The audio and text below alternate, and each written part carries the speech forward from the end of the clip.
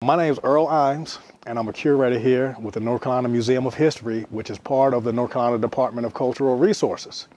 And our mission is to preserve and collect and purvey North Carolina's multifaceted history, cultures, the geography of the state, the various points from Manteo to Murphy, from Robeson County up to Waynesville and crossing forward. So we do a lot of outreach from the museum, whether it be in form of individual patron requests in any of the 100 counties, and whether it be private organizations, museums, for an example, the Wayne County Museum, or one of our sister museums, like the Museum of the Albemarle or the Mountain Gateway Museum.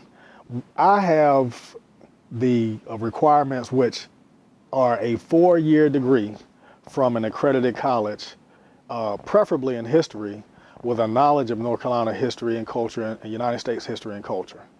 I served 18 years over the state archives in various capacities as a photograph archivist, a reference archivist, coordinating with other historical societies and organizations, libraries and archives.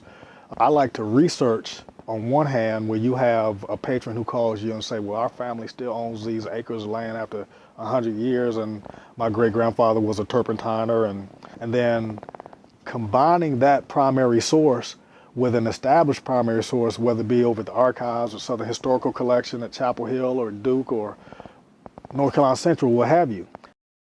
Building an exhibit is fun. Our Thomas Day exhibit, now that was fun. That starts with a preliminary acquisition list. You know, you begin by thinking about the artifacts. We have a Thomas Day exhibit team, project coordinator, an editor, an educator, design, graphic person. And I was a curator for social historical events during the antebellum era and flushing that out. The state doesn't give us any money for developing museums and programs. We have to raise those privately. But we had an outpouring of scholarship, of donations in kind, monetary donations. We have people who believe in the ideas and the programs and the exhibits and are willing to put their money where their mouth is in support of what we're doing. The Civil Rights Online exhibit, A Change is Gonna Come, Black, Indian, and White Voices for Racial Equality. The website is www.nccivilrights.org.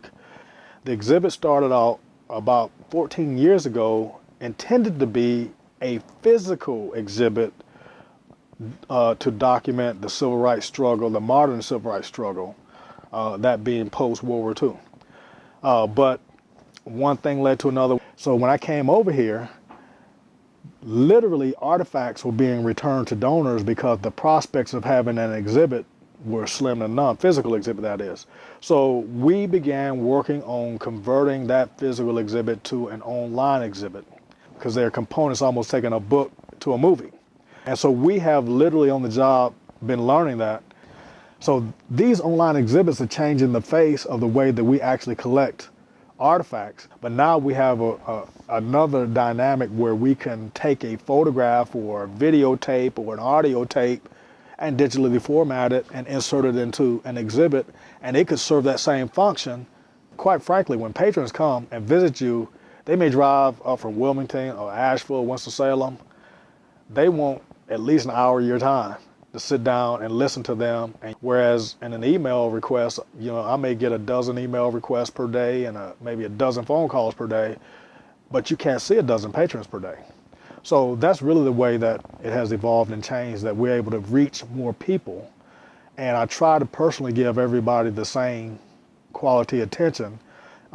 Whether we are creating a physical exhibit, an online exhibit, a museum program, or even an outreach, it's an effort to promote the mission of the Museum of History and the mission of the North Carolina Department of Cultural Resources as a larger entity, so that we can effectively serve the people of North Carolina.